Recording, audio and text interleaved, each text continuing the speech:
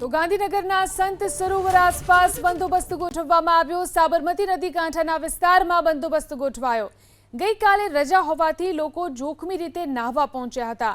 પ્રતિબંધ છતાં ગઈકાલે મોટી સંખ્યામાં લોકો પહોંચ્યા। સંત સરોવર પાસેનો વિસ્તાર જાણે પિકનિક સ્પોટ બની ગયો હતો। સાબરમતી નદીના પટમાં જે સંત સરોવર છે ત્યાં આગળના જોખમી દ્રશ્યો સામે આવ્યા હતા। રવિવારે જાણે કે પિકનિક સ્પોટ હોય એ પ્રકારની સ્થિતિનું નિર્માણ થયું હતું। મોટી સંખ્યામાં લોકો અહીંયા આવ્યા હતા। કલેક્ટરનું જાહેરનામું છે અને આ વિસ્તારમાં પ્રવેશવા ઉપર પ્રતિબંધ છે નદી તળાવોમાં, છતાં પણ એની એસી તેસી કરીને કેટલાક લોકો આવ્યા હતા।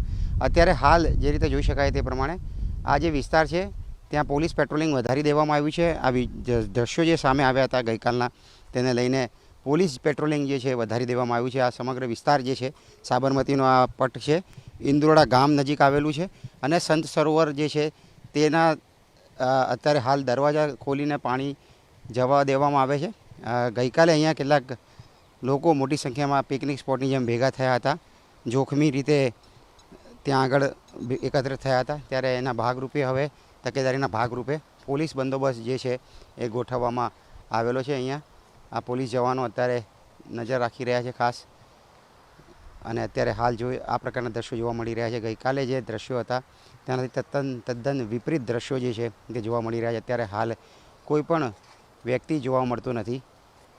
પેટ્રોલિંગ સઘન કરી દેવામાં આવેલું છે અહીંયા, અને અત્યારે જે રીતે જોઈ શકાય છે એ પ્રમાણે પોલીસ જે છે એ અત્યારે પહોંચી ચૂકી છે। સમગ્ર તટ જે છે એમાં પેટ્રોલિંગ કરવામાં આવી રહ્યું છે, કોતરોમાં પેટ્રોલિંગ કરવામાં આવી રહ્યું છે। કોઈ સહેલાણીઓ જે છે અથવા કોઈ અનધિકૃત વ્યક્તિ અહીંયા પ્રવેશ ન કરી જાય તેની ખાસ કાળજી રાખવામાં આવી રહી છે। કલેક્ટરનું જાહેરનામું હતું કે આવા જોખમી જગ્યાઓ પર, નદી તળાવો પર એકત્ર ન થવું, જવું નહીં, છતાં પણ આ જાહેરનામાની એસી તેસી કરીને કેટલાક લોકો અહીંયા પ્રવેશ્યા હતા। અત્યારે હાલ તકેદારીના ભાગરૂપે પેટ્રોલિંગ વધારી દેવામાં આવ્યું છે। કેમેરામેન જયરામ રબારી સાથે કલ્પેશ રાવલ, ABP અસ્મિતા, સંત સરોવર, ગાંધીનગર।